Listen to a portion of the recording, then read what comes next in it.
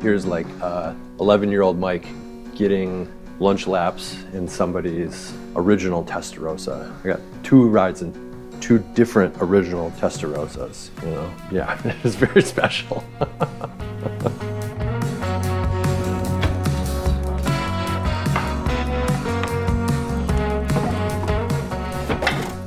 I had built this Lotus Elan and it was amazing. It turned out beyond my expectations. Started not wanting to drive it on the street as much because it was so nice. And it became this thing that was kind of worth a good chunk of money. And so I sold it. It went back to England and I had a pile of cash and I thought, I want to build a car that's really ratty that I can drive to the beach. I can throw my sandy wetsuit in it and like, I don't care. I got the black MGA and it sure was ratty. It was a lot rattier than I bargained for when I bought it. I just want something beat up and cool. It was a big project, a really big project.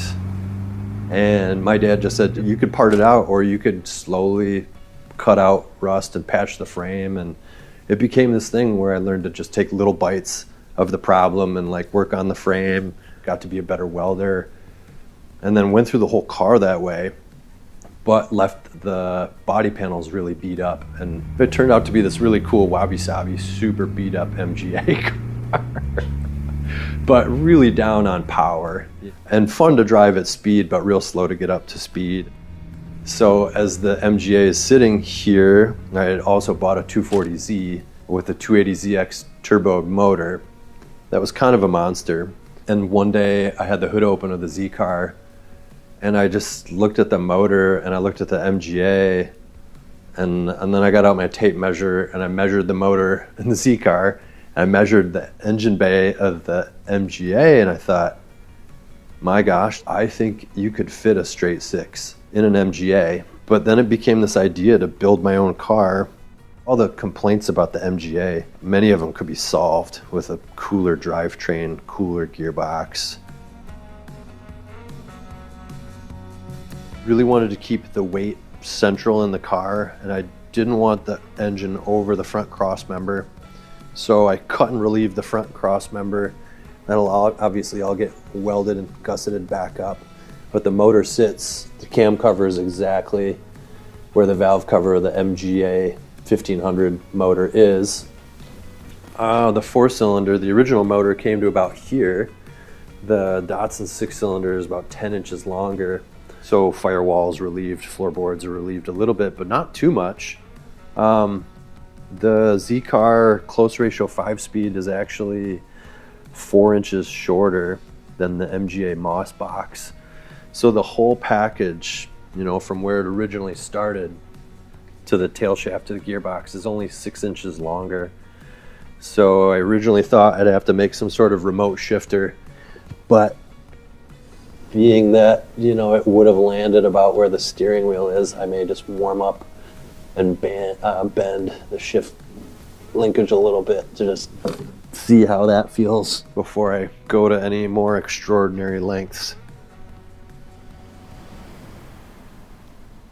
This MGA Coupe had a tree fall on it. It was destined to be a parts car. I wanted to learn how to shape aluminum panels. I'd done a lot of metalwork, casting, welding, but never any sheet metal work.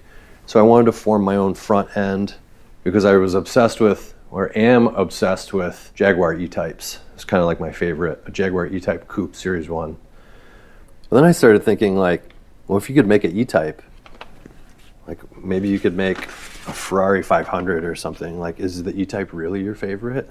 Like, if you could make anything, like, why wouldn't you make it like a Maserati 350S or like a Elva Mark 7 front end? You know, if it ended up looking something like that, I'd be ecstatic. These are back to more E-type-y shapes. More Monza-ish front ends. Oh yeah, see, the farther back you go, it gets more Jaguar. I feel like I kind of know what I want to do with the front end. The back end, I'm not quite so sure because the MGA has such a pretty back end as it is. But obviously, you know, roof stays, rear cowl stays, deck lid stays. You know, it'd be easy to leave all this and then take off the fenders and then shape my own rear fenders out of aluminum. A little bit wider, you know, I can raise them up a little bit, make it look a little less early 50s. When I had my Elan, to accommodate larger wheels, you get the 26R, like a racing flare, but it's not like a little bubble flare like a modern car would have. It's actually a whole quarter panel. So the way to hang it, or the way I was advised to hang it, was to cut the whole fender off and then take some sheet metal and then just screw it on, and then you mount your new fender, and then you lay your glass on the underside, and then you come in with your fillet, then you start to match the two planes. This was a little test to see where the Cobra wheels are going to land exactly within the fender. I don't want them poking out. I want it to read like late 50s, so wheels and tires should be inside the bodywork.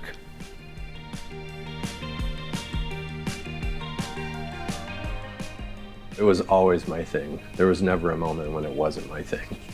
You know, I would hang out in the garage with my dad. I would put wood in that exact same wood stove that came from my parents' house. You know, I was always in the garage. You know, I would go under and hold a nut, and my dad would drive a bolt from the outside or go scrape away at stuff down below, or just go play in the shop while my dad was in there and just absorb everything. My dad autocrossed and raced my whole childhood and adulthood. Like, he would be invited to be a driving instructor for the Ferrari club when they came to Groton because he knew the track so well. So here's like 11-year-old Mike getting lunch laps in somebody's original Testarossa. I got 2 rides in 2 different original Testarossas, you know? Yeah, it was very special. I was 17 when I bought the Datsun 510 and started to vintage race. So our club was any car pre-1972, so all old cars, kind of like a rolling museum.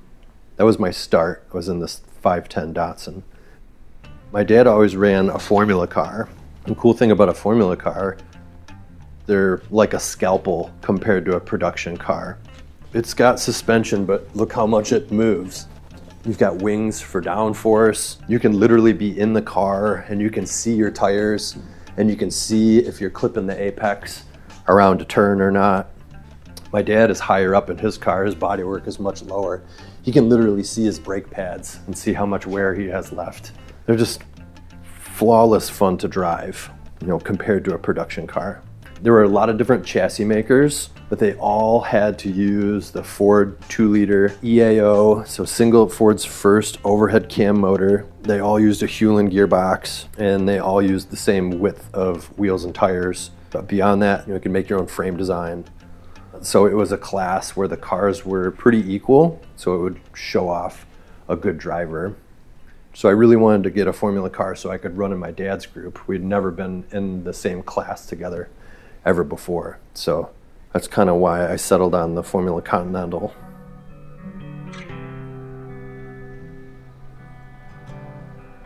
The problem solving is kind of addicting. Like, if you don't know how to work on a car and you fix the ignition or it's not running right and you fiddle with the carburetors, and like you say, like, these older cars are really simple. There's only so many things that can go wrong, and then every time you diagnose and fix it, you get a little braver and you dive a little deeper. Then you think, well, next time it's a part, like, I'm gonna do this, you know, I'll change the brake shoes, or maybe I'll take the damn drum brakes off and put on disc brakes, you know, and John gives you disc brakes out of his shed. It just all evolves. Like, if you saw it without any of the in-between, like the years of kind of work and growth, like, you'd think, like, I could never do that. But you can, and it's just time and fiddling and fun, and problem solving is addictive, and using things that you make, objects of beauty, it's a great way to spend time.